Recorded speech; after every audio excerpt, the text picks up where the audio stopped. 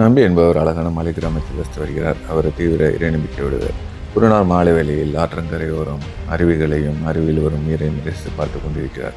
அப்பொழுது ஒரு மாலை வேலை. சட்டென்று மேகங்கள் ஒன்று கூடி கருமேகங்களாக மாறுகின்றன. அவை பெரும் மேக வெடிப்பை உண்டு பண்ணி ஆற்றில் பெரும் வெள்ளத்தை உண்டாக்குகிறது. அதை பார்த்து திகைத்து நிற்கிறார். இப்பொழுது பக்கத்து கிராமத்தில் உள்ளவர்கள் படகுகளில் தப்பி செல்கின்றன, பெரும் மழை வெள்ளத்தின் காரணமாக. அப்பொழுது அவர்கள் நம்பியை பார்த்து, அவர்கள் வாருங்கள் சென்று விடுவோம், பெரும் மழை வருகிறது என அழைக்கின்றனர். ஆனால் அவர் வர மறுத்து விடுகிறார்.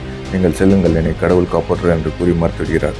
பலமுறை பலவாறு அழைத்தும் அவர் எந்த அழைப்பையும் ஏற்கும் நிலையில் இல்லை. பலவாறு அழைத்தும் அவர் வருத்தமுகிறார். அவர்கள் அழைக்கும் ஒவ்வொரு முறையும் அவர் சொல்வது, நீங்கள் செல்லுங்கள், என்னை கடவுள் காப்பாற்று என்று. அவர்கள் வெள்ளம் உயர்ந்து வருகிறது, வாருங்கள் சென்று விடுவோம் என கூறினர். அவர் எதையுமே காதில் வாங்கும் மனநிலையில் இல்லை. தற்போது வெள்ள மட்டம் உயர்ந்து வருகிறது. எத்தனையோ முறை அழைத்தும் அவர் செல்ல மறுத்துவிட்டு மீண்டும் அதே இடத்தில் நின்று கொண்டிருக்கிறார். தற்போது நீரின் மட்டம் மேலும் உயர்ந்து அவன் நீரின் மூழ்கி இறந்து விடுகிறான். அவன் தற்போது கோபத்துடன் மேலோகம் சென்று கடவுளிடம் முறையிடுகிறான். அட கடவுளே, உன்னையே நம்பியிருந்தேனே, என்னை இப்படி செய்து விட்டாய் என்ற ஆதங்கத்துடன் முறையிட்டு மேலும் கோவப்படுகிறான்.